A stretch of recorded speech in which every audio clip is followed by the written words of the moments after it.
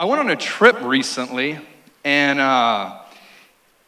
we had to go to the airport. And how many of y'all know that going to the airport is just bad, you know? And I got this idea, though, this time, I'm gonna take an Uber. Anybody take an Uber before? Anybody Ubers in here? We got a few Uber people in here. Okay, well, my wife has never been in an Uber. I've been in an Uber a few times, right? So I was thinking about it, and I was like, man, I hate driving to the airport. I hate parking my car. I hate paying to park my car. And I don't know what's gonna happen to my car while it's at the airport. Does this stuff go through any of y'all's brains either?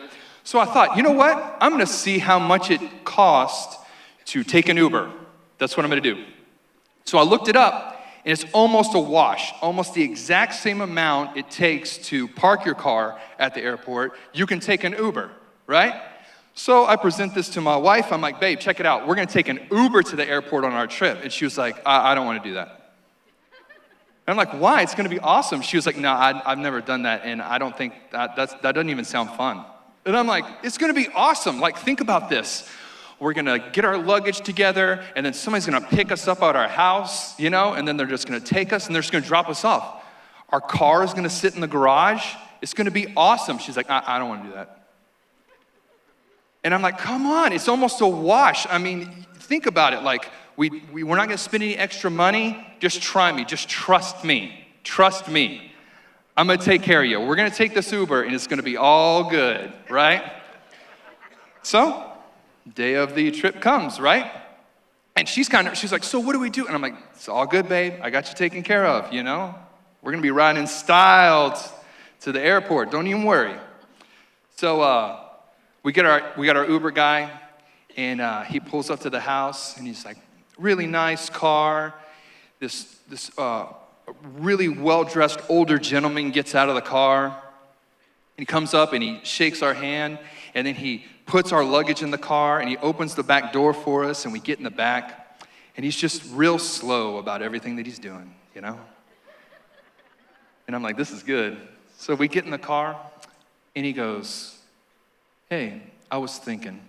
And we were like, all right. He was like, I know we're supposed to go this way to go to the airport, but you know what I want to do?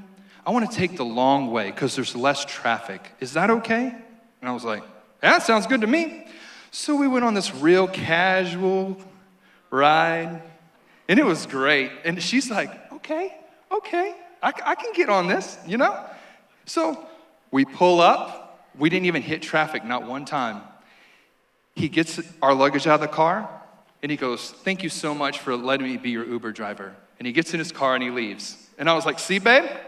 That's what I'm talking about right there. And she's like, you know, I think it was pretty good, you know? I was a little hesitant, but I mean, that was a really great experience. And I was like, see, told you, it's gonna be the same way coming back. You just thought you didn't know, right? Just let old Wes take care of you, you know? And I felt real good. I had my chest pumped out and everything. Well, we go on the trip, and it was an amazing trip. And then we're coming back, and we gotta get the Uber back, right? So I do the same thing, and I get the Uber back. And it pops up this guy, and he has amazing ratings. I mean, so good ratings, just like the other guy, you know? So I was like, this is gonna be good. I'm telling you, she's gonna wanna Uber way more, you know, now because of me. And so we're waiting on the guy to get there. And then we just hear this really, really loud music. Like, really loud music. You know when people blare their sound systems through the neighborhood, and you're like, that guy's like 4 blocks off, you know what I'm saying? And I'm like, wow, that guy's stereo system is very loud, you know? And then it's on the GPS, it shows you how far they are away from you. And this music started getting louder, and this GPS guy started getting closer and closer to me, right?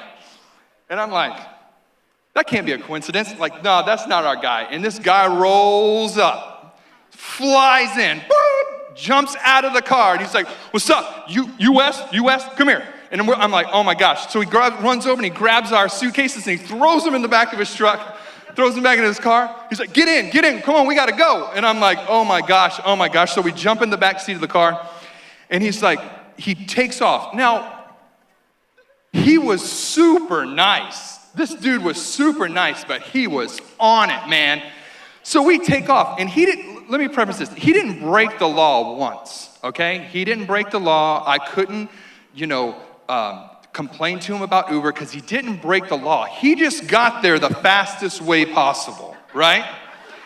And we're in the backseat of his car, and we are flying, boy. We're going in and out of traffic like this, and we're like, when you're not in control of the car, and like we're sitting in the back, and like I'm holding on to the sides of the car, and I'm slamming the imaginary brake. Why do we do that, by the way? Why do we feel like when we're not in control of the car and it needs to stop, we hit the emergency brake that doesn't exist? I don't know why we do that, but that's where we're at, and we're flying, and and she is so angry. I'm getting death stare eyes, and I'm like, well, yeah, and then so she sends me a text message, and she's like, if we fly halfway across America and we die in our Uber, I'm gonna haunt you. And I'm like,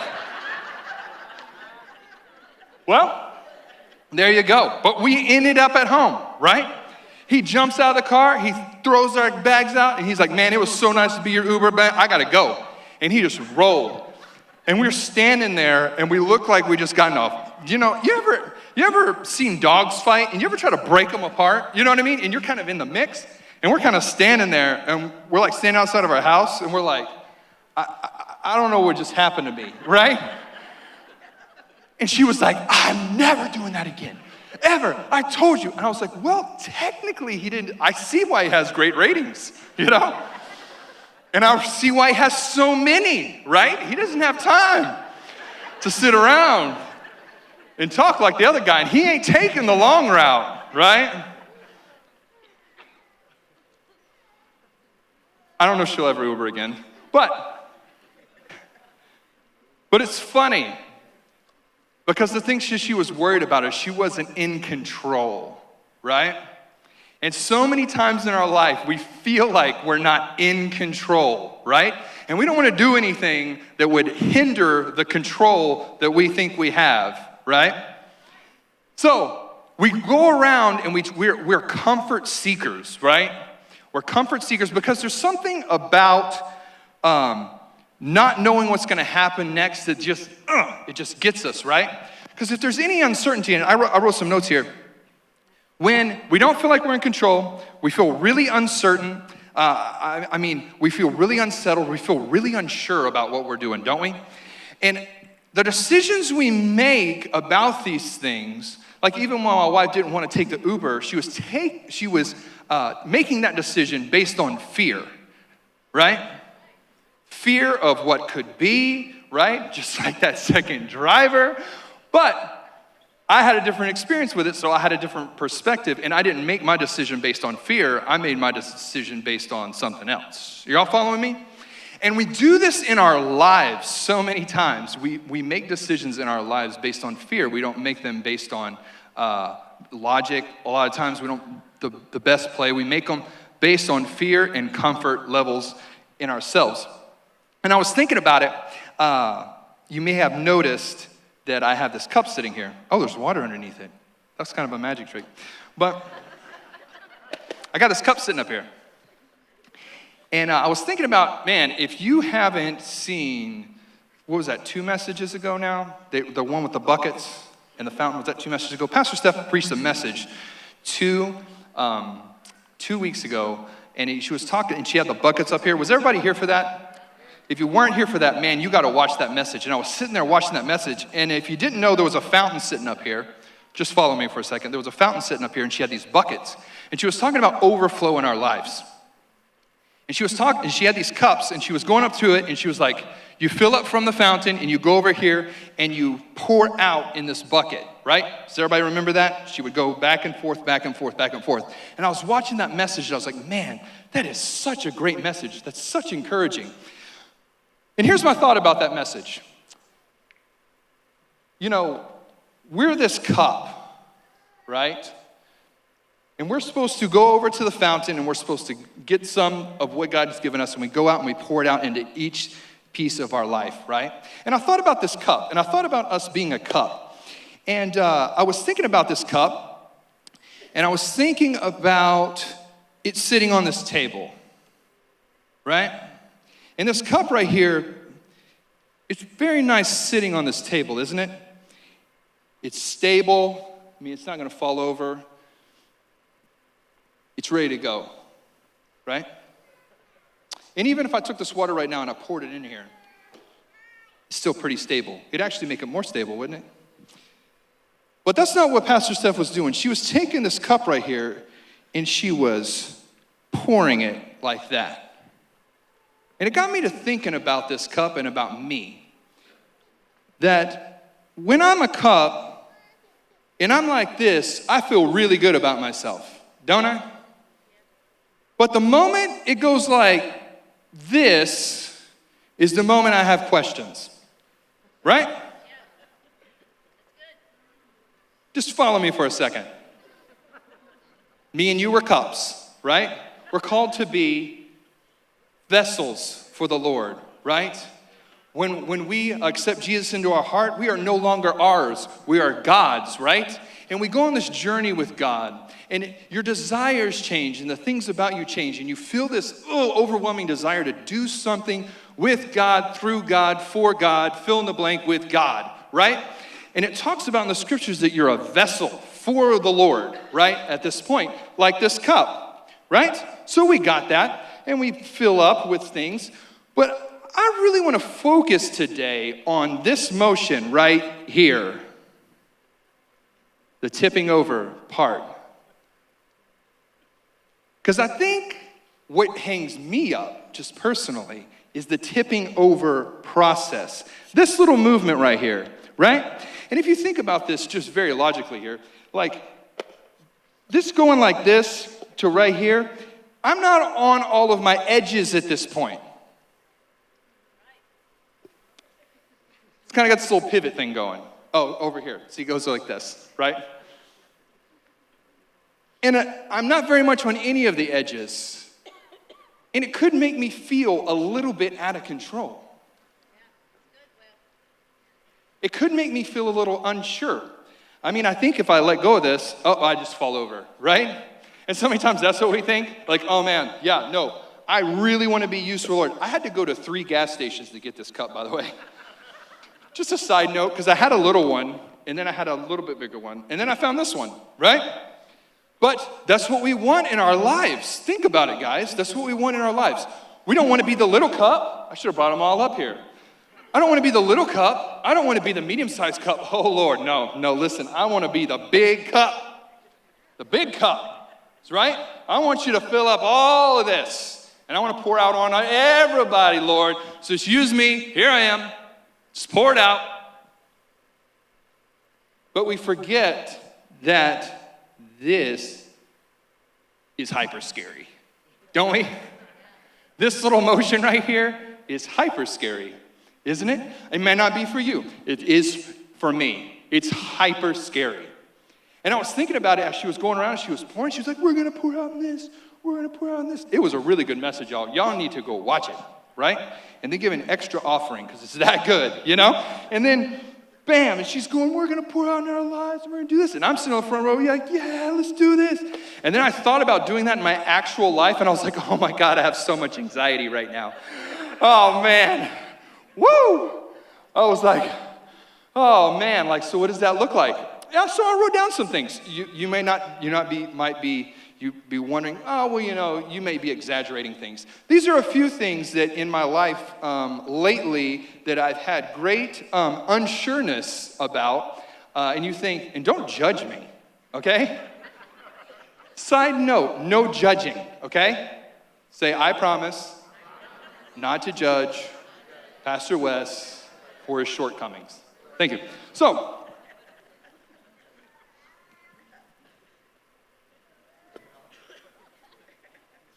I had to say hi to a neighbor of mine about 4 days ago.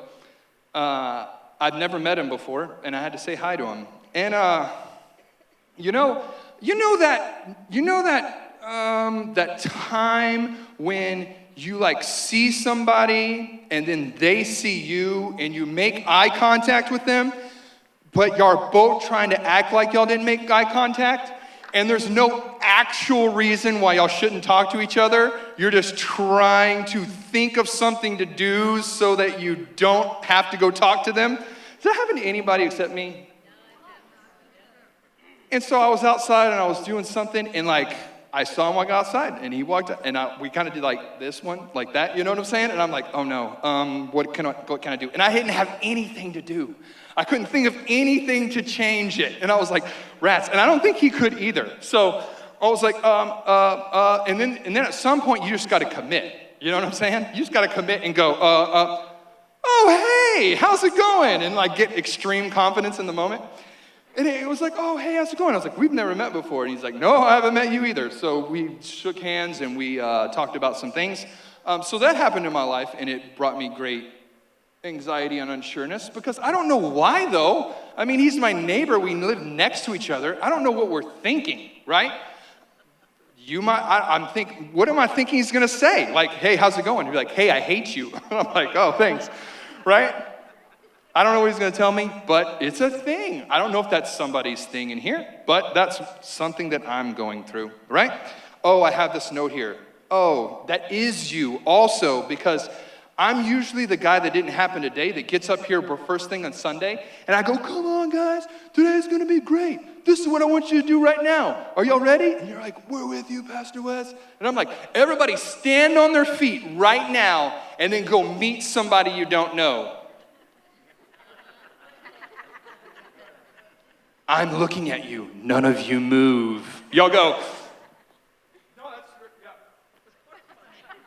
I know you. I know you. I know you because, yeah, worship. You know what I'm saying?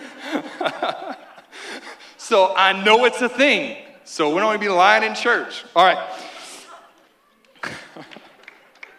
That's good. Thank you. Because it's hard, isn't it? Here's another one. You're in a relationship. You're married, right? Y'all are having a really rocky time, right? You feel like it's her fault. And guess what? She feels like it's your fault, right? But guess what you do? You go, hey, babe, I'm really sorry for my part of that. And it's probably my fault that we're in this fight anyway. So I'm just going to go ahead and say I'm sorry and I love you. And how about we go to dinner? That one happened to me the other day. I love you. But that's scary. You know? You might think, oh, well, Pastor Wes, you should have got a Not when you're in the moment. Right? When you're in that moment. It's really easy for us to do that right now. We're like, yes, we're going to pour out. Tip me over, Lord. Right?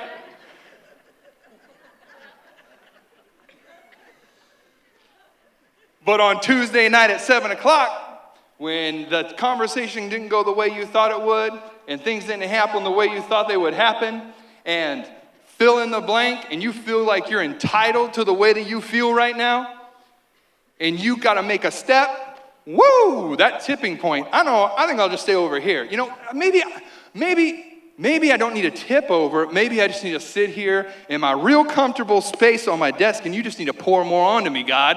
You know what I mean? That's it. That's the move, right? It's not the move, by the way. The move is tipping over.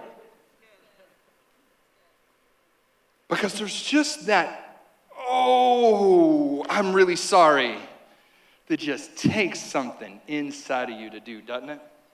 And so many times we don't tip over because of that little motion, and the uncertainty in it, and the fear in it. That's good. But I can't read my handwriting. So, but the truth about it is that fulfillment, everything that you need, everything that you've ever wanted, Anything that you and God got together and y'all were like, this is a God idea, this isn't my idea. Anything that you're feeling inside of yourself that was from God or is even a good idea is on the other side of that tipping point. Everything. It's just not going to organically happen like you would think it would. It's not. You're just not going to organically run into people and they become your friends, right? It's not going to happen. At some point, there is a tipping point that you go, hey, what's up? My name is Wes. We should be friends. I don't think I've ever said that to anybody, but hey, my name is Wes. We should be friends. That'd be an awkward conversation. See how awkward I am? But right? Are y'all following me? At some point, you have to jump.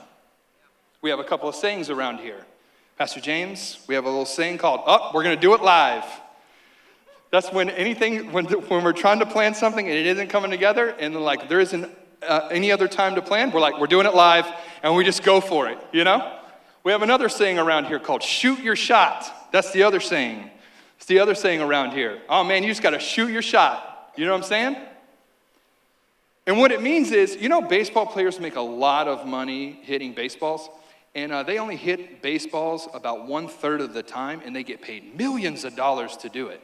Fascinating, isn't it? You would think if you got paid millions of dollars to do something, you'd hit the ball every time, I mean, I'm not very good at hitting baseballs, but like if they were going to pay me millions of dollars to do it, I feel like I would try to hit it every time. And I know they're trying to, but I guess they don't. But a really good ERA, or whatever that's called, RBI score, is around 1/3 of the time, right? But they swing every time, right? You gotta shoot your shot. But I think so many times we're afraid to shoot our shot. Just like I said, Rod's laughing at me because I said a baseball thing, and he's about baseball. But I realized in my life, all the tipping points were the most important times of my life. When I finally stepped out and went, okay, are all the times when I have really, have just really shaped my entire existence. I was talking to a person the other day, and we were talking about speaking in public. And I was like, man, I know I'm not lying in church, okay? I used to be hyper introverted person, very. I don't think people in school even knew I talked. That's how much I didn't talk, right? I sat in the back of the class, didn't say nothing because I didn't have anything to say. But I didn't. I was so shy and I was so scared. And I remember vividly one day God going, you're going to be a leader. And I was like, okay. And I just remember that, God saying, you're going to be a leader. So I started watching leaders. They all talked,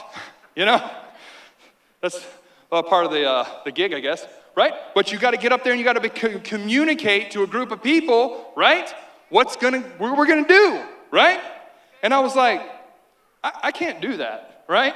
I don't think I've ever talked in front of people in my entire life, right?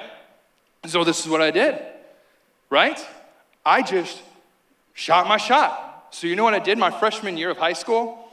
I enrolled in a public speaking class for seniors. I don't know how I got in, but I did it.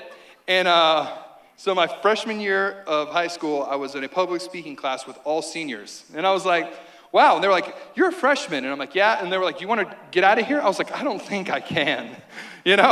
I think I need this. So I just threw myself out there. And guess what? I just started public speaking. And then I took every public speaking course known to man, right? Because I had to break this out of me. I had to be okay with, okay, I'm going to be a leader, right? Okay, so to lead, I'm going to have to talk in front of people. I'm like, oh, it's too scary. I don't want to do that. Don't want to do that. Well, newsflash, you can't be a leader and not talk in front of people. Okay, well, I got to do something else then, right? And I had to figure it out, right? Because I knew what God had for me. And I had to not be afraid of the tipping over point of speaking. And it was a journey that I went on for a long time. I'm still on that journey. But Another one, huge moment in my life was the first time I ever worship led.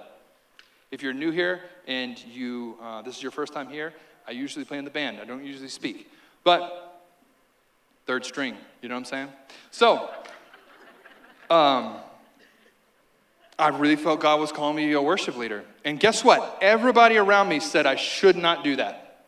All of my leaders, everybody around me was like, I feel like God's calling me to be a worship leader. They're like, you need to go talk to God again.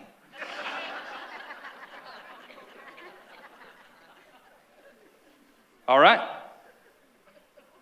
So I just happened to be standing in a conversation one day where they needed a worship leader at this event. And I was like, hey, I'll lead worship for you guys. And they're like, oh, great. And so I did it. And they were like, well, I didn't know you were a worship leader. And I was like, I'm not. That was the first time. You got to shoot your shot, right? You got to do it live sometimes, right? But what did I do?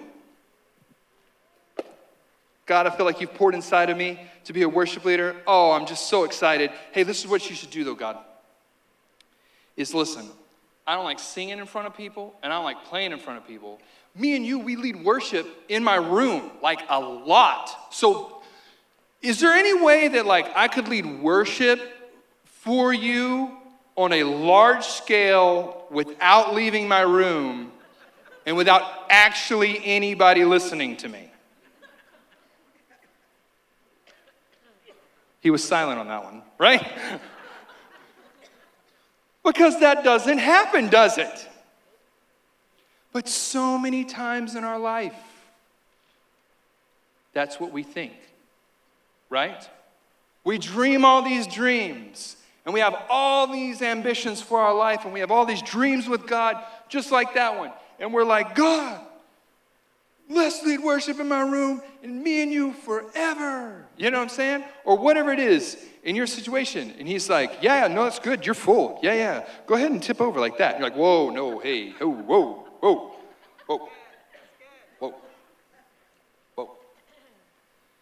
Right? I don't know, God. I don't know if it's going to work out. I don't know. It's too scary. I've never done that before.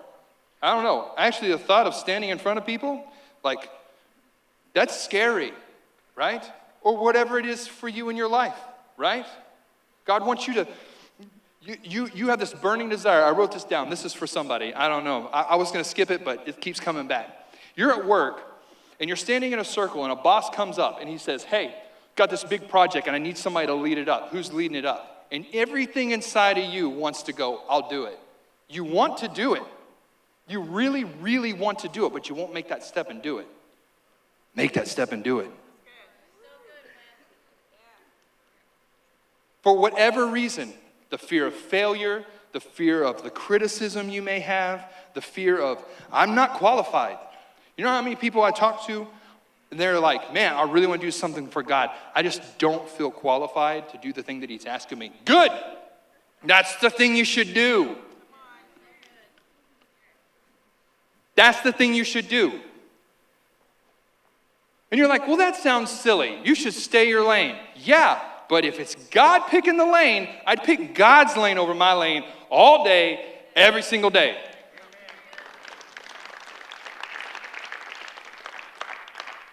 I only had God lane, and then everybody else already saw the lane I was already in, and they were like, you should stick your lane, right? But no, but I feel like God's, he's not talking to you. You're hearing something else. And I'm like, no, it's God. And they're like, take your lane. And I had to make a decision, right? I had to make a decision. I had to go, you know what? Maybe they're all right. Maybe I'm not cut out for this worship leading thing. Maybe I just made it up in my head. Maybe I just like music a lot and, whatever, right? I could have done that. But I decided, no.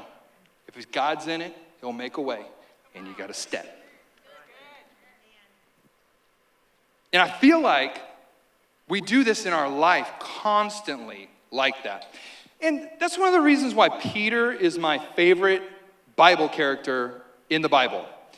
Any Peter fans in here? I know you're a Peter fan.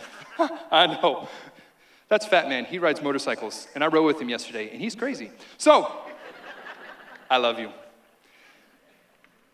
But that's what Peter was known for, right? And that's why I love Peter so much, man. Peter is my dude. He always shot his shot, right? If you don't know who Peter is, Jesus told all the disciples to get in a boat and stay in the boat and go over there. So they all get in the boat and they go over there, and Jesus comes walking on the water. And Peter goes, Jesus, is that you? And he's like, yeah. And he's like, if that's you, tell me to come out there. And he's like, well, I told you to stay in the boat, but all right, go ahead. And he jumps out of the boat, right? Peter's that guy, right? Peter's the guy that Jesus asked. He goes, hey, Peter, who do you think I am? And he's like, you're the Son of Christ. You're the Messiah. You're the guy. You're the Lamb that's going to come and take away the sins of the world. And he's like, that's right. I am. Only God could have told you that, right? He shoots his shot. He's the guy that stood up, like the only reason, well, God could have done something else. I'm just saying, he is the guy that when the Holy Spirit came and we jump-started the New Testament church, he's the reason we sit in this church. He stood up in front of everybody and was like, no, you guys don't understand. Jesus is alive. He's not dead. And he jump-started the New Testament church. And in that day, 3,000 people got saved. Like that. That's who Peter is. And he shot his shot, man. And that's why I like him. He's a little crazy. Or maybe I just live my life vicariously through him. But anyway, doesn't matter. Peter's the man. But we always talk about the times, we always like celebrating the win, right? It's like our Michael Jordan reference, right? Is that we always love it when he makes the shot with 3 seconds left, and we're like, oh my God. And I think he made the shot, I'm lying at this point, but like he shot it 28 times and missed it every time, right? Something like that. Bunk's gonna kill me after this message too. God. But he shot it way more times than he missed it than he shot it and won it. But we still highly respect him for doing it, don't we? And so many times we look over things in the Bible like, Peter may have shot his shot. He screwed up a lot of times too, though. Right? When he jumped in and he walked on water, he actually sank. Right? And Jesus had to go and pick him up. He's like, what are you doing, you crazy? And he had to pick him up and put him back in the boat. He's like, get back in the boat where you're supposed to be. Right? You're not supposed to walk on water. Right? Another one. This one blows my mind. They were arresting Jesus and they were sending him to crucifixion, right? And Peter jumps in front of Jesus, right? And goes, no, this is not how this is going to go down. And he takes out his sword and he cuts the dude's ear off. Oh, he shot his shot. Yeah. And you can think like, woo, that's what I'm talking about. Let's brawl right here. And Jesus is like, what are you doing? Why'd you even bring that thing in here? I told you we weren't going to do that. And he had to stop the plan of salvation for all of us and pick up the ear off the side of the guy and put it back on his head because Peter shot his shot. Right? So good, Cliff. That's it?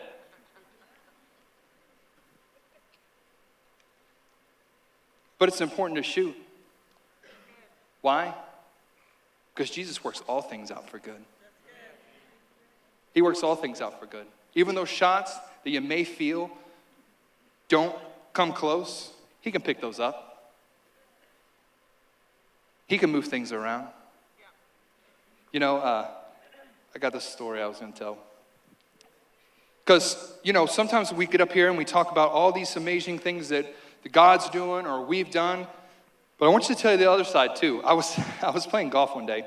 And I was playing golf alone. And it was real quiet. And I was just playing. Remember, introvert, okay?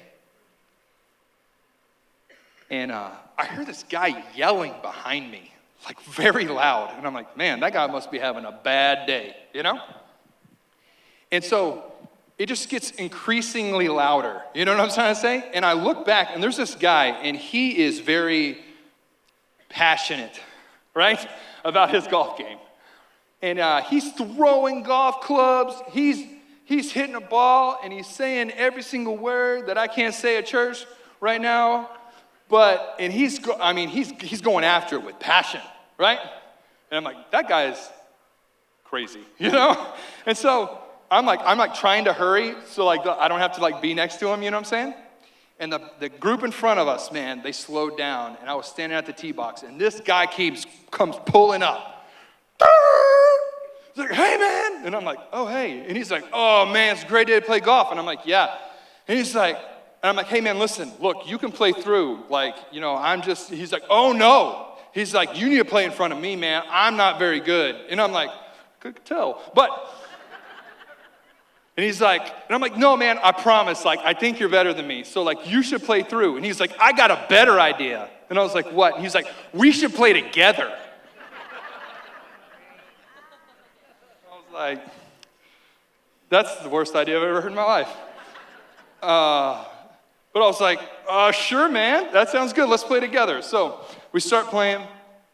And, I mean, he's passionate, right? And we get to the last hole, and, like, he was not hitting it well, okay? I don't know why I opened my mouth, but I did. It's the teacher in me. And I go, hey, man, you know if you, like, did a little something right there, flip that, change that, you could hit it a lot better. And he was like, yeah? And I was like, yeah. So he turned his grip, boom! And it was the best shot he had hit all day. And you think he was passionate then. He got real passionate now. And so he was like, oh my God, that was so great. Blah, blah, blah. He's like, thank you so much. He was like, no one's ever like took the time to talk to me before. And I'm like, so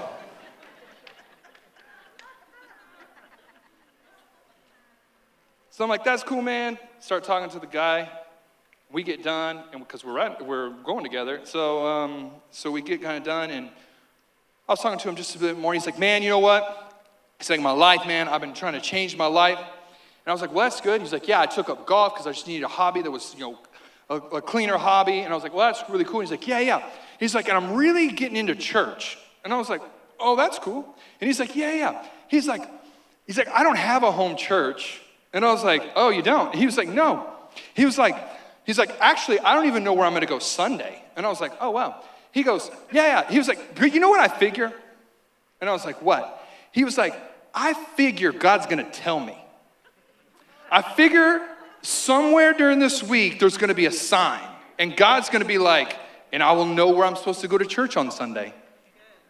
And I was like, that's cool. No, that's good. Yeah, I think he can do that. And he goes, so you think that, right? God would give me a sign, and he'd let me know where I'm supposed to go to church. And I stared at him. And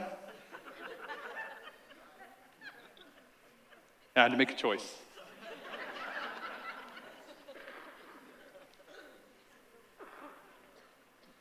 The play is, yes, man, this is the sign. This is it. You didn't ask me what I did for a living. I'm a pastor at a church. And I go to an amazing church right down the street. And it's going to be awesome. And it's great. And it's the best. And you're going to get plugged in. And let me pray for you right now. That's the play. That's not what I did.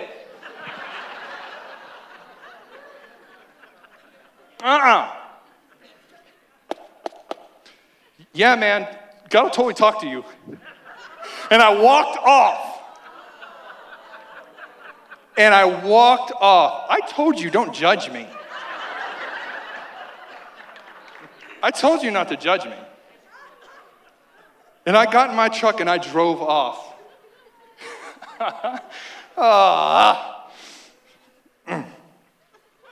So I'm driving down the road, and I'm like, you sorry person.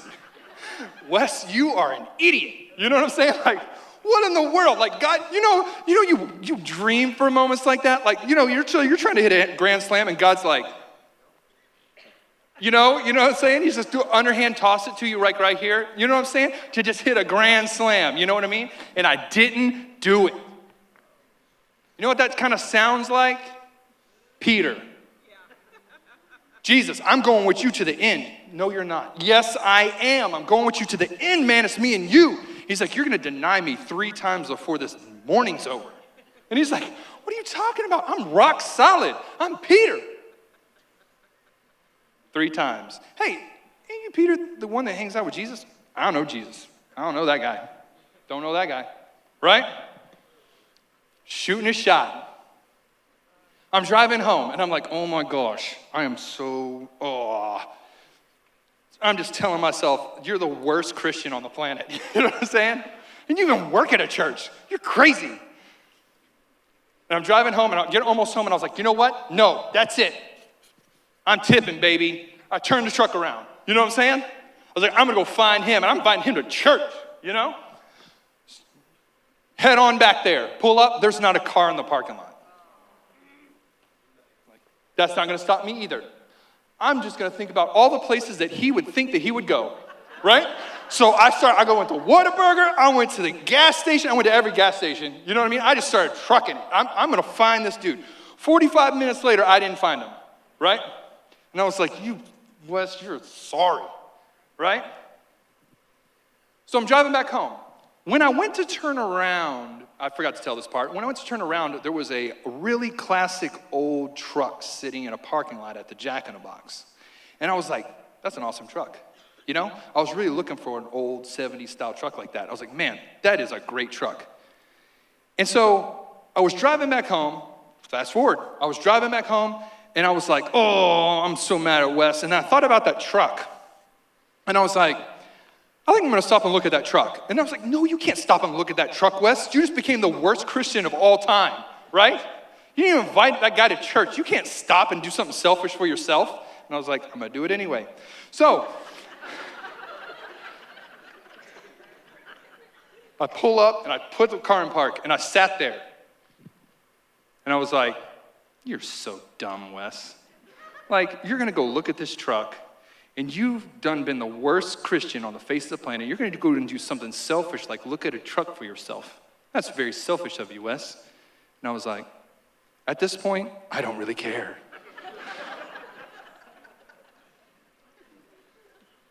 Kicked the door open. I was like, I'm looking at this truck. And I shut my door, and I hear this person go, hey, mister. Now turn around. And it wasn't the guy.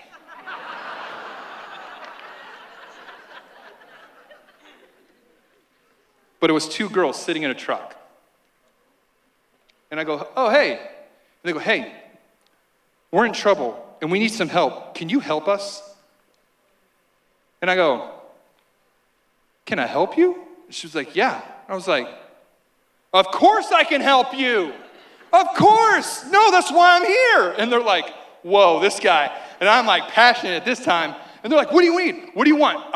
Whatever y'all need, what do you need? And like, well, we've been sitting here for a very long time because we don't have any money for gas, and we live a long way away. And like, we don't even know how we're going to get home. And we didn't even know a person to call. That's how far away we are from where we live. He goes, so could you give us some gas money so we can go home? And I was like, absolutely, I can give you some gas money. They're like, you're a little too passionate about this. And I was like, you don't understand. Of course I can help you. I said, here's some money. But let me tell you something. I was like, I want to let you know what my life is right now. I was like, and I told them the whole story about all of this stuff. And they were like, I bet they were at some point, they were like, can you just give me the money and like not tell me so much information? And I was like, no, you don't understand. You don't understand. God has something for you. I said, God put me here to help you. I was like, there's no other way this could happen like this if that didn't happen just like that. God's trying to get y'all's attention. I don't know if y'all go to church, and they were like, we used to back in the day. I was like, I'm telling you, God's hands on your life. I said, there's a plan for your life. And they just start bawling. They're like, oh my God, this is the craziest thing ever. I was like, I'm telling you, this whole thing was designed for me to tell you that God loves you. And God has a plan for you. And they were like, oh my gosh. And they were crying, they were bawling. They were like, we're going back to church on Sunday. They didn't live around here. They would have come to this church. You know what I'm saying? But And they drove off, and they're like, thank you so much. Oh my God, this is the craziest day of my life. And I stood there, and I was like, yeah, all right, now we're shooting the shot. You know what I'm saying? And it reminded me so much of Peter, right? Because after those 3 times, Jesus came and found Peter again. Those 3 times of denial, Peter felt just like I did. Man, I just let God down, right? And he was like, no, I work all things out for good. Here, I'll give you another swing. Swing again. Because God always works all things out for good. And I was thinking about people. And I was thinking about this cup. And I was thinking about me tipping it. And you know what I think people who do something for God or jump out there understand way more than I do a lot of times, is that we are the cup, and we're focused on this tilt here. But there's one more thing that's in play with this cup and this tilt. This hand holding this cup. And this hand holding this cup as it pours out. And that hand that's holding the cup is God. It's God. That's Jesus. He ain't leaving you alone. So many times, people who step out there, even the smallest things, that go, hey, I'm your neighbor, or whatever it is. You know what they're not banking on the cup. This cup doesn't mean anything. They're not banking on this cup. They're not banking on what it looks like. So many times we're sitting around thinking about our cup and what it looks like, right? And we're so worried about our tipping point over here that we don't even acknowledge the hand that's holding it as it pours. Guys, our faith is in the wrong spot. So many times our faith is in us, in our cup, in us tipping, and all this stuff. No, our faith should never be there in the first place. Guaranteed, when your faith is in your cup and your ability to tip over like that, you got the faith in the wrong spot.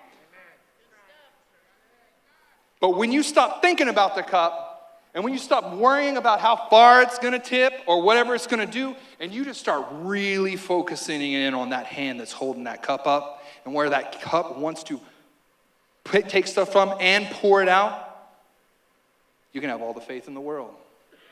You can do anything. Because the faith is in God, it's not in you. The cup might be the vessel. God puts the stuff in it. You can sit here all day long just like that. You can sit here all day long just like that. You can't push yourself over. You can try. On a windy day, you might get close. But when you go, God, it's all about your hand anyway and what you want to do. Put in me what you want in me and pour me out where you want me to pour out. And I'll stop worrying so much about my feelings. And I'll stop worrying so much about, and I'll let you use me. That neighbor that I met the other day, as I started talking to him, he needed to get his trees trimmed. And his quote for tree trimming was outlandish. I was like, oh man, I just got my trees trimmed just a minute ago. Here, I'll give you his phone number. I saved the dude $1,000. $1,000 with a conversation, right? Who knows what can happen? Who knows what can happen? A person was over at my house the other day, and they were going through a really, really hard time. In their situation, they just kept talking about their situation and how bad it was and how bad things were, and it's just my situation. And you know what I did? Instead of talking about the situation, I talked about the one that can take care of the situation. And I started talking about Jesus and telling him that, oh, no, you're focusing on this cup. You're focusing too much on your cup. It's not about the cup at all. It's about the hand that's holding the cup. Let me tell you a little bit about the hand that's holding the cup. Oh, man, he's a good God. Oh man, he works all things out for good. Oh man. And I just start talking about God, and her whole countenance lifted. Oh my God, oh my God. Why? Because she stopped focusing on her cup, and she started focusing on the hand that's holding her cup, guys. I did a tithe and offering message. I may have told you this not too long ago. And I was talking about the scripture, and it was talking about, I said the scripture was, we must decrease so he can increase. And that sounds like a really good thought, right? A lot of self-discipline in there. If I decrease, God will increase. That sounds really, really good. I got off the stage, and Pastor Al came and got me. And he goes, hey, great word there. I was like, oh, thanks. He was like, you just said it wrong. I was like, what are you talking about? And he's like, it doesn't say you decrease and he'll increase. No. It says he increases, you'll decrease.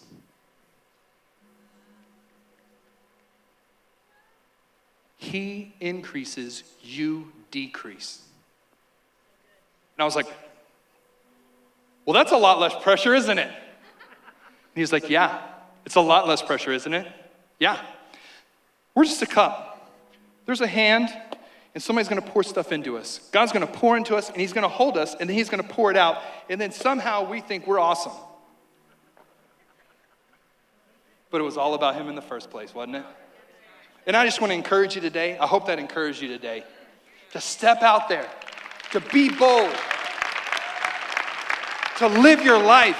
Every day, guys, every day you have things just like meeting your neighbor that you're, I'm not meeting him. Or, oh, no, the project, nope, I don't feel like I'm qualified. I'll just stay right here where it's comfortable.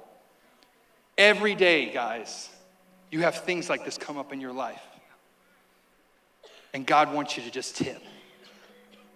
He just wants you to go, trust me enough to let me tilt you over a little bit. Oh, no, that tilting, I'm a little unsure. No, I'm with you always. I'm with you till the end. I'll walk with you through the valley of death. I can walk with you through this situation. Just tip, man. Just tip. Because everything you need in your life and everything that you want in your life, every single one of us come here with an expectation and things that we want to accomplish in our life. And I'm telling you right now, guys, every single one of those things are on the other side of that motion. So I just want to encourage you today to tip. Let God tip you. All through your week, God, show me the areas of my life where I feel uncomfortable, or I'm making decisions on fear, or I'm making decisions for the wrong reasons, and you're wanting to do something major in my life, God, here I am. And just be with me and show me where I need to jump out there and shoot my shot. And guess what? Sometimes it's going to be awesome, and we give all the glory. And sometimes it's not going to be awesome, and we're going to give him the glory too, because he's the one that's doing it in the first place. You see what I'm saying? Yep.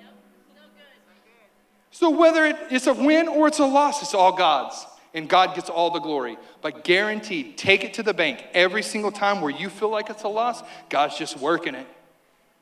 And he's just working it, and he's just working it and working it. And guess what? It's going to become a win.